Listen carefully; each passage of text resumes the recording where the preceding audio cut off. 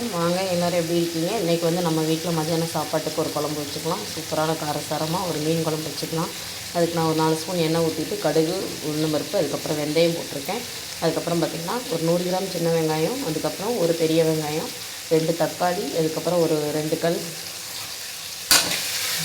பூண்டு நிறையா போட்டிருக்கிறேன். நல்லா வதங்கிட்டுருக்குது. அதுக்கப்புறம் ஒரு பச்சை மிளகாய், கருவேப்பிலை எல்லாம் போட்டு நல்லா கல்லுப்பு போட்டுட்டேன். கல்லுப்பு போட்டு மூடி வச்சிங்கன்னா நல்லா வதங்கிடும்.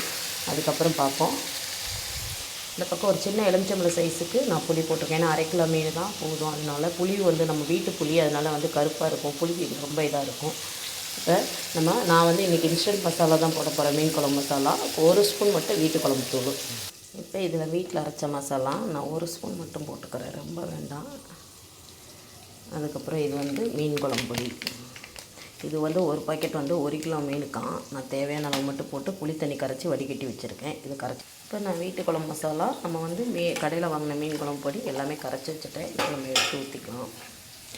இது பாருங்கள், நல்லா வதங்கிடுச்சு. சூப்பராக தக்காளி வெங்காயம்லாம் கிரேவி மாதிரி வதங்கிடுச்சு. இதில் உப்பு நான் போட்டிருக்கேன். தேவையான அளவு பார்த்துட்டு போட்டுக்கலாம். இது நல்லா கொதிக்கட்டும். இந்த அளவு கொதித்தோடனே மீன் போட்டுக்கலாம். இப்போ குழம்பு தாளித்து விட்டாச்சு.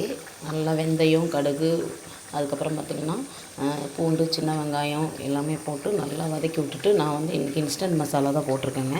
அதுக்கப்புறம் 1 ஸ்பூன் மட்டும் நம்மளோட குழம்புத்தூள் போட்டிருக்கேன். அதுக்கப்புறம் பார்த்திங்கன்னா நல்லா வந்து இப்போ வந்து கொதித்து நல்லா எண்ணெய் பிரிஞ்சு வந்துருச்சு பாருங்கள். குழம்பு எப்படி இருக்குன்னு பாருங்கள். அதில் லைட்டாக நல்லெண்ணெய் சேர்த்துக்கோங்க, நல்லாயிருக்கும். நான் செக்கில் ஆட்டின நல்லெண்ணெய் தான் சேர்த்துக்கோங்க. இந்த பக்கம் சாப்பாடு வச்சுருக்கேன். மீன் எல்லாத்தையும் போட்டுக்கலாம், இறக்கிடலாம். 1 நிமிஷம் கூட கொதிக்கக்கூடாது. நாங்கள் அப்படி தான் செய்வோம், பார்த்துக்கோங்க. வீட்டில் சூப்பரான கட்லா மீன் குழம்பு ரெடி ஆயிடுச்சுங்க. இது பாருங்கள், உடையவே இல்லை, சூப்பராக இருக்குது. இந்த பக்கம் பாருங்கள், சூப்பரான மீன் குழம்பு நம்ம வீட்டில் ரெடி ஆயிடுச்சு. ரெசிபி போடுறேன், பார்த்துட்டு கமெண்ட் பண்ணுங்கள். நம்ம வீட்டில் பார்த்திங்கன்னா சூடான சாப்பாடு, கட்லா மீன் குழம்பு, அப்புறம் பார்த்திங்கன்னா சைடிஷ் அப்பளம். மீன் குழம்புக்கு அப்பளம் சூப்பராக இருக்கும், பார்த்துக்கோங்க. அதுக்கப்புறம் மீன் குழம்பு பாருங்கள், நல்லா தேனாட்டம் சூப்பராக இருக்குது. அந்த வீட்டு பொடியும் போட்டேன், கொஞ்சம் இன்ஸ்டன்ட் மசாலாவும் போட்டேங்க. சூப்பராக இருக்கும். சாப்பாடு இந்த பக்கம் இருக்குது, பார்த்துக்கோங்க. ரெசிபி போடுறேன், பார்த்துட்டு கமெண்ட் பண்ணுங்கள்.